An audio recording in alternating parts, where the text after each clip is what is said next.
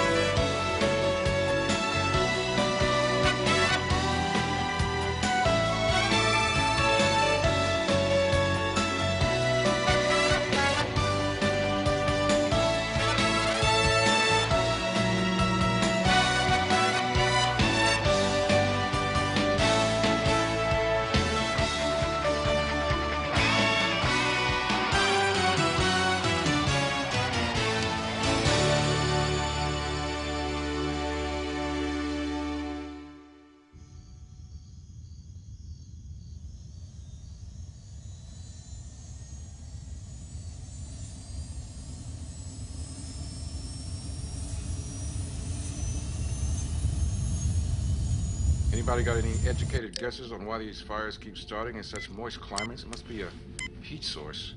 Captain, I'm receiving some information on cumulus cloud formations. They appear to be a result from the fires. We should brace ourselves for a thunderstorm. It looks a lot like the Mount Hood and Eureka fires to me. Let's not jump to any conclusions. We have a lot of data to analyze. Okay, Sanders and Young, prepare Hawks 1 and 2. Kai, get the rover ready to roll. Load her up with O2 masks and thermal suits. Anything we need. Yes, sir.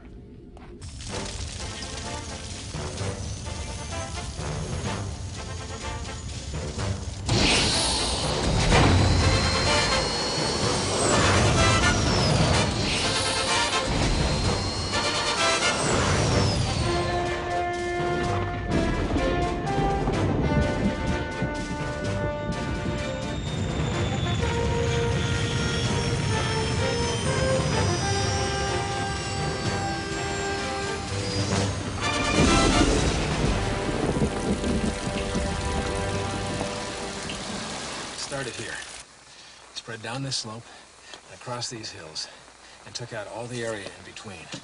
That's about an 18-mile diameter. Geez, when did this fire get started? About 1,400 hours. The fire spread that fast in 8 hours? Yeah. Was there a lot of wind? There's hardly any. That's what's so strange. Fires don't usually spread in a circular pattern. Judging by the path this one's taken, I'd say something pretty fishy's going on around here. Well, whatever the cause, we got a lot of work to do. Let's get on it, all right?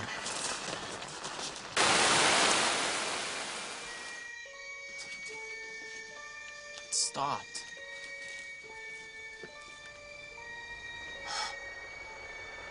Burn victims coming in.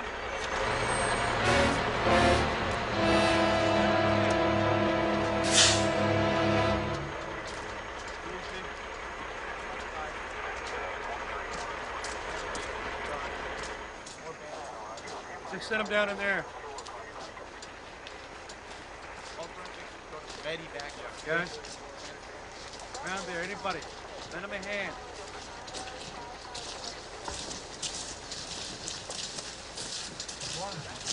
Fire's alive. Fire's alive. What do you mean alive? The fire's alive? It moves so fast. Even a scream. Scream. What did I tell you? All right. I talked to the fire chief. The trees are burning from the roots. Just like the other fires. Sorry to break this up, folks. We gotta get a move on. What is it? Fire's heading back this way. And it's coming fast. All right, let's move.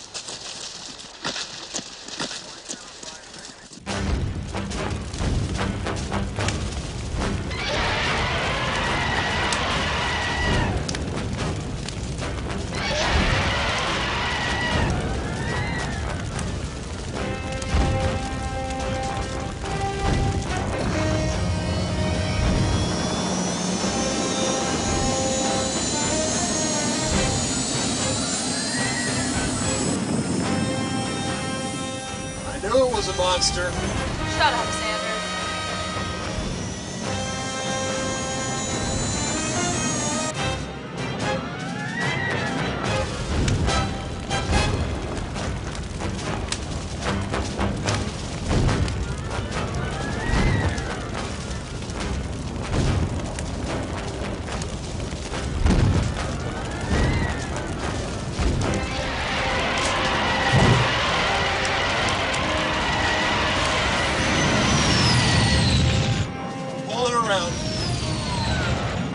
Sights.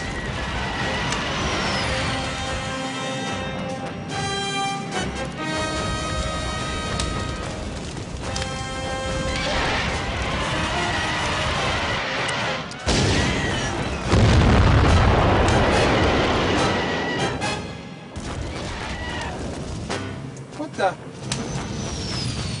It's the heat from the monster. Our missile casings can't take this. 400 degrees Celsius outside.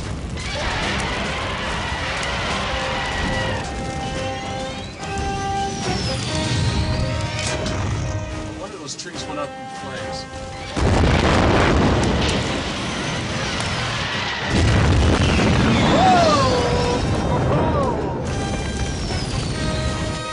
Sanders! Boy, get out of here.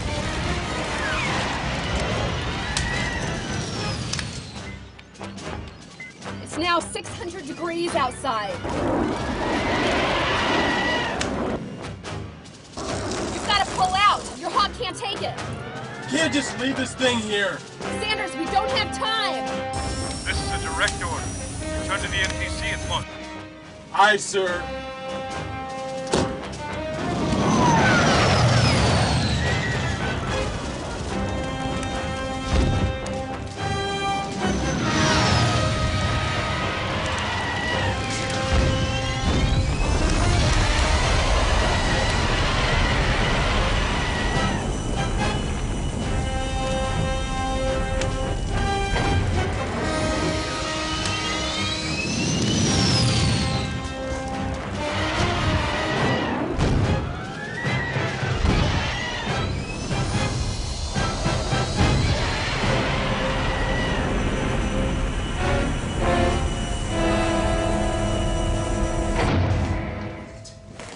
We had that monster in the palm of our hands, and we let it go. What could we do? Huh? Our missiles were useless. You guys all right? Barely. You're lucky you pulled out when you did, Sanders. Look, if our missiles are useless, then we don't have anything that's going to stop this thing. Maybe we do.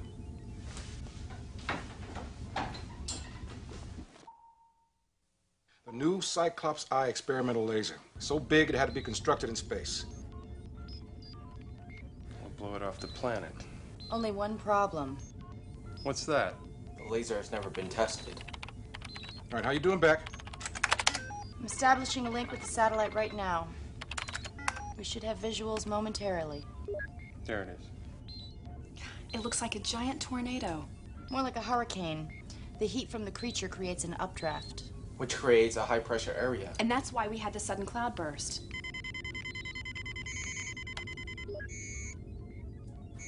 The eye of the hurricane. The calm in the midst of a storm. The laser should be able to penetrate there, right? Right.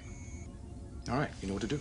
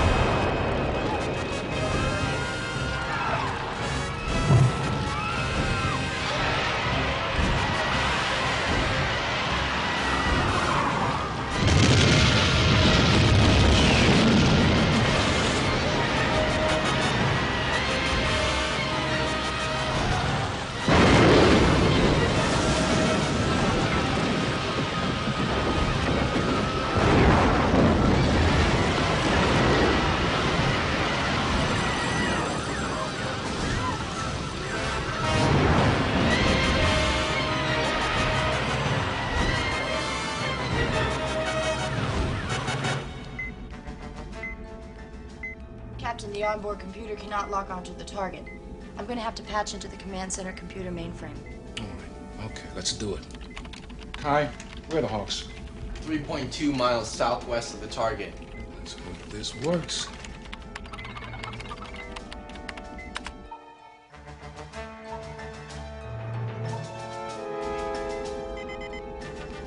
I'm going to send out the last set of launch clearance codes. The Cyclops Eye is in rapid fire mode. The system has a lock on the target. Make it count.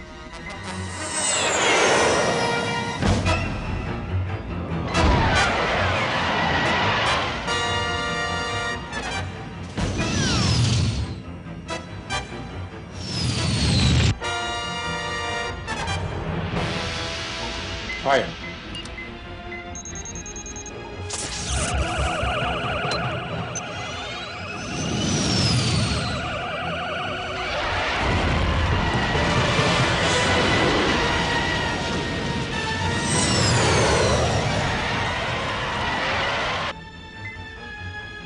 The axis of the first laser is veered off target. Why? Your calculations must be wrong. They were wrong. I don't know. Recalculate anyway. If we don't hurry, the satellite will move out of range. Fire at will.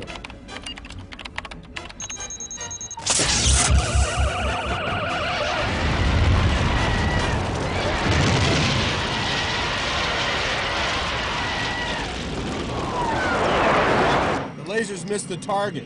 The beams were headed right for the monster, but distorted about 20 feet over the target's head.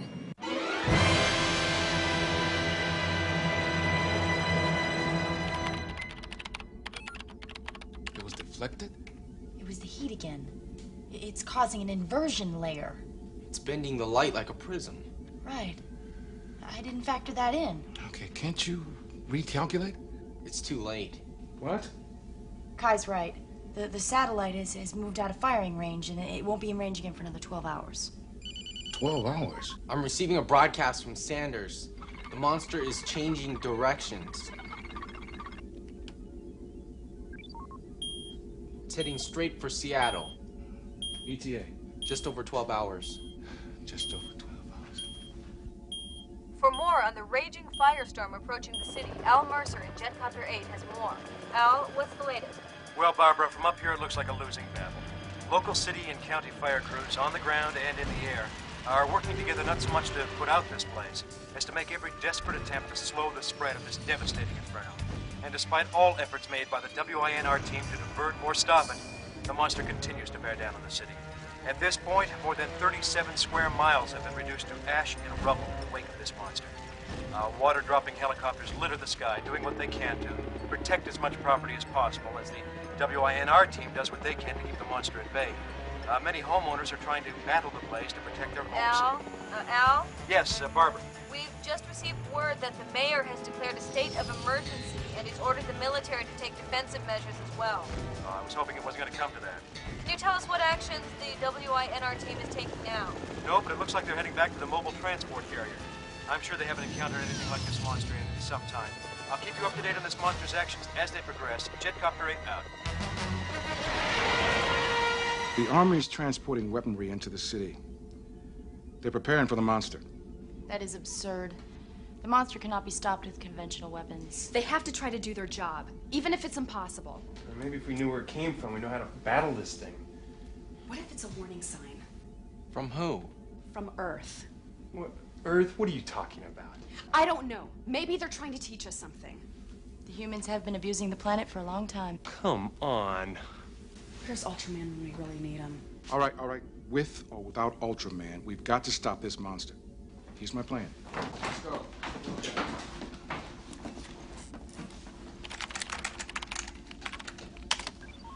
If we use the laser again, we can expect the same results, unless we factor in the heat distortion.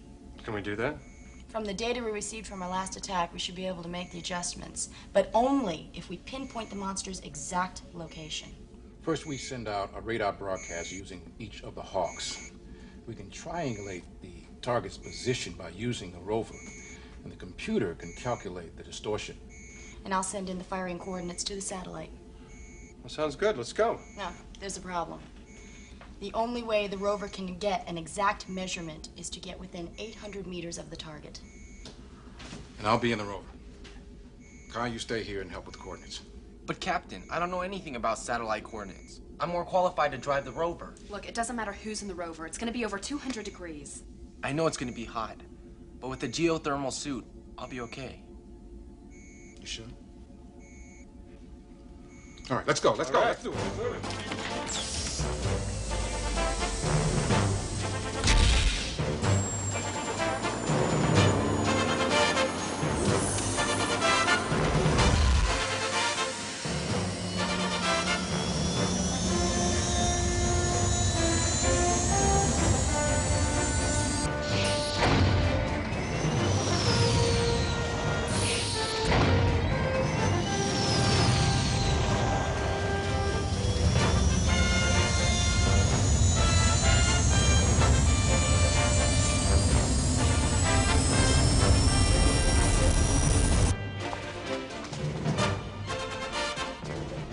The monster gets past us, it's over.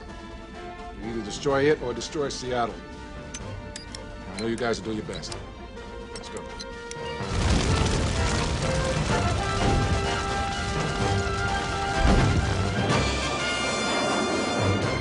We're in position. Good. You ready? That's a big Roger, Sanders. I'm just worried about Kai.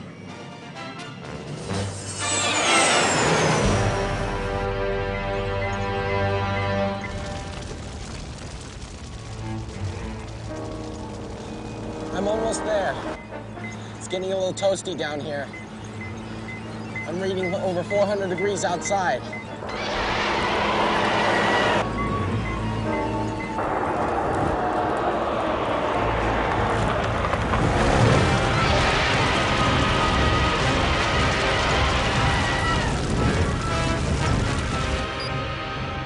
Hold on, Kai. You can just hold on for 200 meters. What's your temperature? 500 degrees.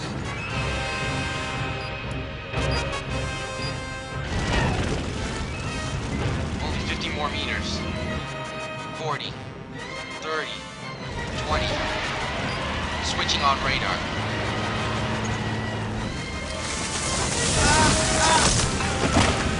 Kai! If he can't move... Kai, get out of there! I can't! The door won't budge!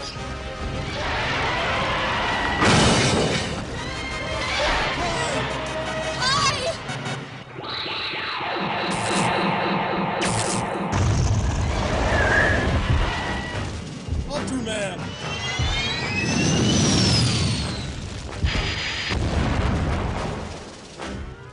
What's happening? Why aren't Ultraman's hits destroying that thing? Zip, we're gonna have to take her down. The MTC? We don't act as a shield. That monster's gonna destroy everything in its path, including Ultraman. Captain, if the ship's helium tanks get too close to the heat... Beck, I understand the consequences of this situation. So if you have any ideas, now's the time, because in 1 second, that creature's gonna fry the entire city. I'll get as close as I can. Your missiles will explode in the heat. Then they'll explode inside his belly, because I'm gonna ram this ship down his throat.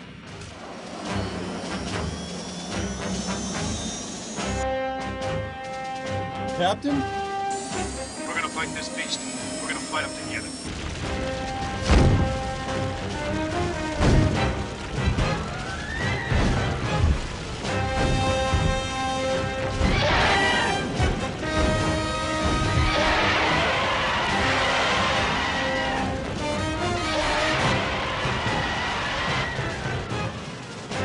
What's he doing? He wants us to get out of his way.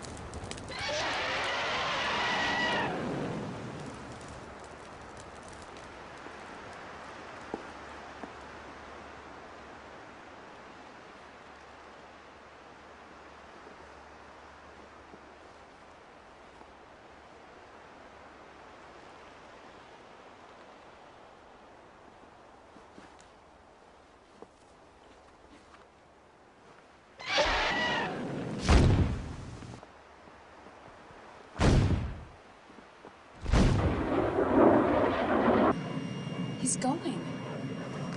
Ultraman must have convinced him to leave. Maybe the monster thinks we've learned our lesson.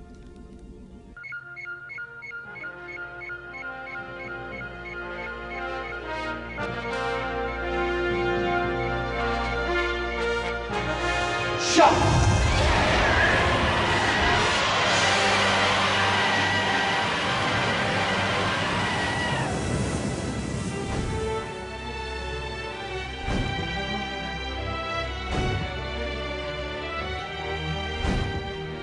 Captain, the temperature outside is decreasing.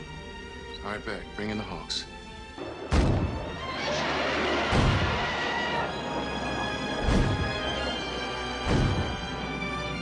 Man.